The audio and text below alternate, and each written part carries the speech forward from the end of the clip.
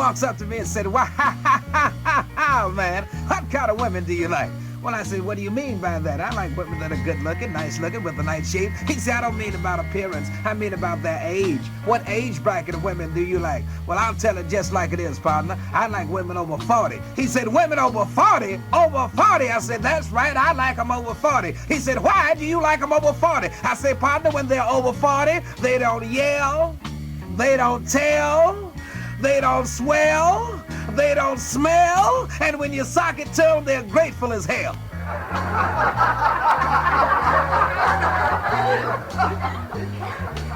I love talking about animals. Every time I start talking about animals, I realize that animals talk to each other. I know that for a fact. I know 2 animals got sick, and they took them over to the veterinarian. The veterinarian said, "Well, we got to send this zebra of yours. We got to send him out to the farm because he's really ill." They took the zebra out to the farm, and the zebra had never been on a farm before, and he's walking around there, and he speaks a little bit of animal language. He walked up to a chicken and said, "What do you do around here?" The chicken looked at the zebra and said, "Well, I lay eggs around here." The zebra said, "Very good." He walked over to the pig and said, "What do you do around here?" He said, "Well, I have a horrible life. And once in a while, somebody take me out and kill me, and then they'll be eating pork chops the next morning." He said, "That's too bad, you know." Walked over to the sheep and said, "What do you do around here?" The sheep said, Well, I give out wool. Every once in a while, they just get some shears and shave me, and they have wool for their livelihood and all that sort of thing." Then the zebra walked over to the big ferocious bull and said to the bull, "What do you do around here?" The bull said to the zebra, "Repeat your question." The zebra said, "What do you do around here?" The bull said, "You take off them striped pajamas and I'll show you what I do around here." Somebody gotta pick that cotton. That's the name of this great play that took place in a place called Morris Point, Mississippi. And when we arrived to play the part of this great play called "Somebody Gotta Pick That Cotton," somebody gotta pick that cotton. The leading lady got sick, and she was such a beautiful leading lady. In Morris Point, Mississippi, we could not find a lady that looked as good as our leading lady. So we went out on the streets, and the only woman that looked as good as our leading lady who was ill was a hoe. A prostitute. You can call anything you want to call her, but she was a hoe. And we said, "Honey, we need you in our place." She said, "I'm not going to get up on no stage in my own hometown, and I know that theater's going to be packed. Everybody coming to see that play. You're not going to make no goddamn fool out of me." I said, "Hold it, honey. When we put that theatrical makeup on you, nobody will recognize you." And we gave another $15. You know, goddamn. She said, "I tried one time." We made up, and that night the theater was packed. Everybody came out to see that play called "Somebody Gotta Pick That Cotton." Somebody gotta pick that cotton, and the cotton picker was the husband. His name was Cotton Picking John. Got his lunchbox in his hand and going out to the fields to pick that cotton, and all of a sudden he kisses his wife, and his wife was named Sarah. She said, Sarah, I love you, Sarah. I love you, Sarah." And Sarah said, "Go and pick that cotton. You my cotton picking John. Somebody gotta pick that cotton. Go and pick that cotton, Cotton Picking John." And John knows that somebody gotta pick that cotton. He goes out in the hot sun with the lunchbox in his hand. And no sooner he get out into the field, the lover tips in the back door. Some of you might say, "Well, how do you know it's the lover?" Why, man, I know it's the lover because he comes in singing a love song. Woke up this morning with my afro in my eye, and my baby said hi. Oh, she said, "Oh, my lover, come on and sock it to me, daddy. Sock it to me." And they disrobe and get right in the middle of the floor and start making love. And John's out in that hot sun, and all of a sudden he said, "I think I'll have me a sandwich." Reach in his lunchbox, grabs the sandwich, bite into it, he said, What? Sarah didn't put no mayonnaise on the bread. Sarah, no, I don't eat no goddamn sandwich with no mayonnaise. He runs out of that hot sun, runs back to the house, and there's Sarah, his beloved wife, in the arms of the lover, and they just carrying on, just making love. And he hollers, Sarah, why don't you stop what you're doing and tell me why didn't you put no mayonnaise on the bread? Stop that stroking and carrying on. Where's the mayonnaise? Sarah, goddammit, I'll teach you not to put no mayonnaise on my bread. He goes into the closet, grabs his trusty shotgun, and bam, bam, shoot them both. He said, goddammit, I'll teach you, goddammit. Next time you put some mayonnaise on my bread, but you're dead now, and ain't gonna be no next time. I'll put some mayonnaise on my own goddamn bread. I killed both of you, and I done did it. Then he goes to the Frigidaire, opens the Frigidaire, and there he looks, no mayonnaise. He said, oh, goddamn. No wonder Sarah didn't put no mayonnaise on the bread. No wonder she didn't put no mayonnaise on the bread. She didn't have no mayonnaise. He grabs his dead wife that he's killed. He said, Sarah, Sarah, say something. I'm sorry, Sarah. Sarah, say something. Sarah, please say something. Then he looks at Sarah, and the curtain's getting ready to come down in the theater, and he says the most dramatic line in the whole play. He gets up, and he's holding Sarah's hand, and he looks up at the lights and into the microphone. He hollers, oh my God! Oh my God! What have I done? And a drunk in the back of the theater hollers, you want to know what you done? I'll tell you what you done. You killed the only hole we got in Moss Point.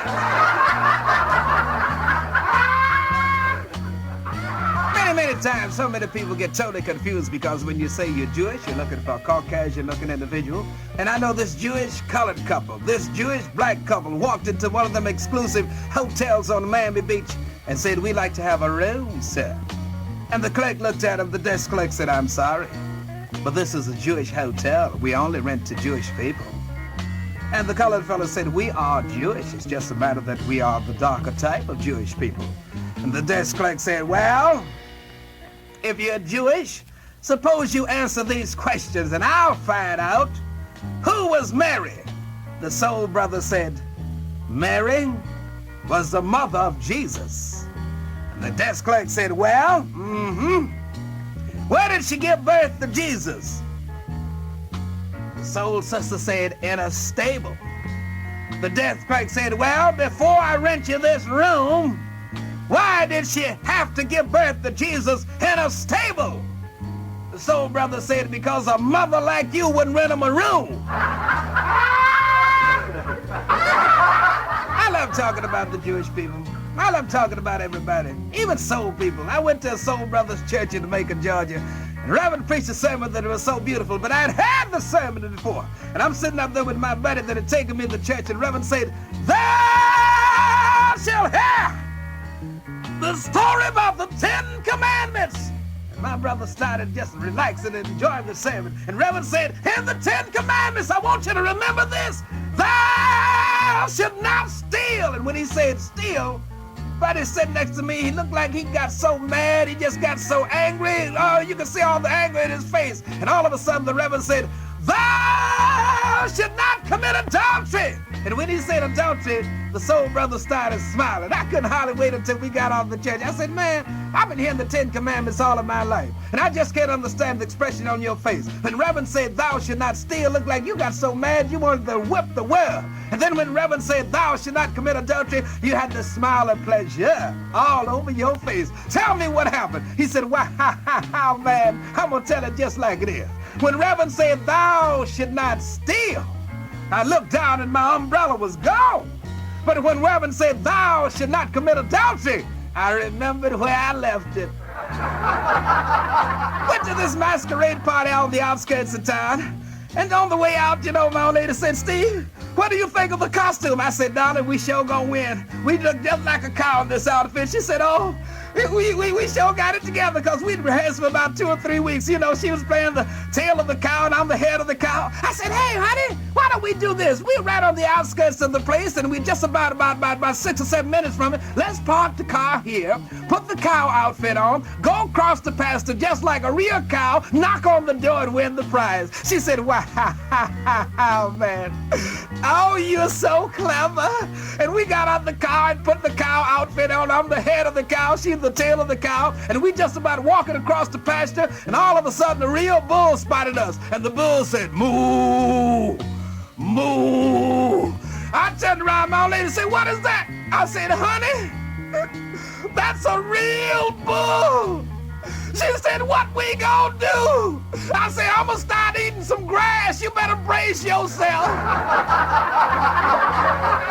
Went to church last Sunday. The Reverend preached a sermon that was so beautiful. Yes, Reverend preached about the birds, the bees, the trees, and how perfect the Lord made everything. Reverend said the Lord made woman perfect. The Lord made man perfect. When he said man perfect, a humpback man in the back of the church, he jumped up and said, Reverend, What you talking about, Reverend? What you mean the Lord made everybody perfect? If the Lord made everybody perfect, what about me? What about me and my humpback? Reverend said, you, brother, you are the most perfect humpback I've ever seen in my life. Reverend preached such a great sermon. Well, yes, he preached a sermon and a sister came in with a mini skirt on and no drawers on. Some of you might say, wow, man, how do you know she didn't have no drawers on? Because Reverend started talking about her sinful ways, and she was up there in the balcony, and all of a sudden Reverend says something, she jumped up and she fainted, and when she fainted, instead of that mini skirt going down, that mini skirt went up and away, and there she was up there practically naked in the balcony. And Reverend turned around and looked at that naked sister in the balcony. He said, any man dare look at that woman who has fainted in the name of the Lord shall be struck blind. A deacon in the front row put his hand over his left eye and said,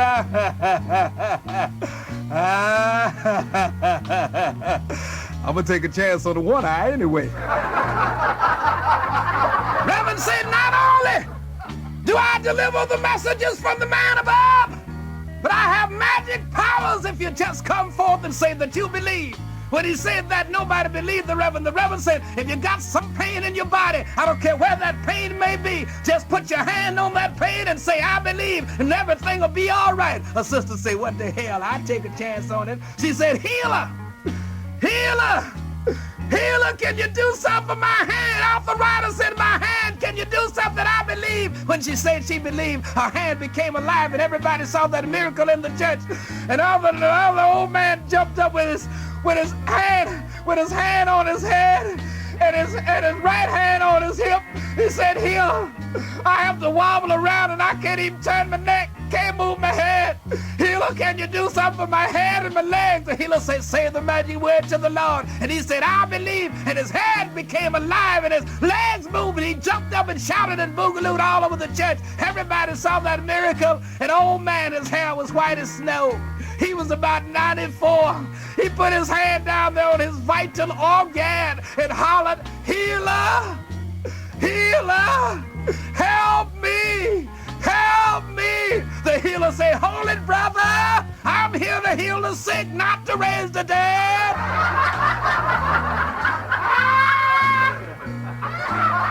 So many people ask me, wow, man, he always talking about the Italian, the Negro, and the Jew. Heard you talking about the Ten Commandments. How come the Jewish people get credit for the Ten Commandments? And I say to my friend, and I'll say to everybody listening to me right now, I'll tell you why the Jewish people get credit for the Ten Commandments. It happened thousands of years ago, when a soul brother, nowadays they call him a spook, was known as an Egyptian. And an Italian fella, nowadays they call him a wop. And the Jewish fella, nowadays they call him a cake. All three of them was walking in the valley of Mount Sinai, and a voice from Mount Sinai hollered out, will you take my commandment? The soul brother at that time was known as Egyptian. He said, what's your commandment, baby? The voice said, thou should not commit adultery. Soul brother said, no, I don't want your commandments. Later for you, baby, later for you. The next day, the Italian fella was walking through the valleys of Mount Sinai. The Italian fella, that's what they call him in them days, a Babylonian. Nowadays, we might call him a wop. And the voice hollered out, will you take my commandment? The Babylonian, nowadays called an Italian, said, what is your commandment? The voice said, thou should not steal. The Italian said, hell no, man. How the hell I'm gonna live if I don't steal? You got to be crazy. And the next day, a Jewish fella, nowadays known as a cake, he was walking through the valley of Mount Sinai, and again the voice hollered out, will you take my commandment? The Jewish fella said, how much does it cost? The voice from Mount Sinai said, it's free. The Jewish fellow said, "I'll take 10." I love kids, but sometimes their families, their mothers, their fathers just don't teach kids mannerism. I'm sitting on the bus with my leg wide open, reading the newspaper. A lady gets on the bus with the little kids, sends the little kids over to me right after she's sitting down, and the little kids walked up to me and said, "Mister, my mama told me to tell you that if you put that newspaper down and close your legs, I'll have a place to sit." I said, "Son, don't bother me. I'm reading the newspaper if you don't mind." He goes back and tells his mom exactly what I said. 2 seconds later, he comes back and holler, Mister, Mama told me to tell you that if you close your legs and put that newspaper down, I'll have a place to sit." I said, "Now look, son, don't bug me now. Don't bug me. Go on, leave me alone." He goes back and tells his mama, and he come running back to me, grab me by my coat and holler, Mister, Mama told me to tell you that if you close their legs and put that newspaper down, I'll have a place to sit." I said, "Son, you go back and tell your mammy that if she had kept her legs closed, you wouldn't be here bugging me." Everybody lives in a big city so many times, they never take time out to go to see some of the great sights that they can see absolutely free. Took a friend of mine from a place called Georgia. Took him to the museum, and there he saw all these great works of art. He saw this statue. One statue was holding his nose, and another statue was pointing his finger, and another statue was shielding his eyes. And he looked at the statues, all three of them. He said, "Wow, man, I'm not so artistic, and I don't quite understand all great works of art. The gentleman holding his nose, what does that identify with?" I said, "Friend of mine, that statue holding his nose is showing the sense of smell." He said, "Well, what is that one with his finger pointing?" I said, "That, good friend of mine, the statue with his arms extended is showing the art, the sense of direction." He said, "Well, what has that been doing with this, with a little bashful smile on his face and shielding his eyes?" I said, "That, my good friend, is really a work of art. The last statue, shielding his eyes, is denoted to the sense of humility, friendliness, and warmth." He said, "Oh, I'm so glad you told me, Steve, because I was really confused." I said, "Well, what did you think it was?" He said, "I thought the first one was saying, 'Who farted?' And I thought the second one said, 'He did.' And the third one said, 'I did not.'"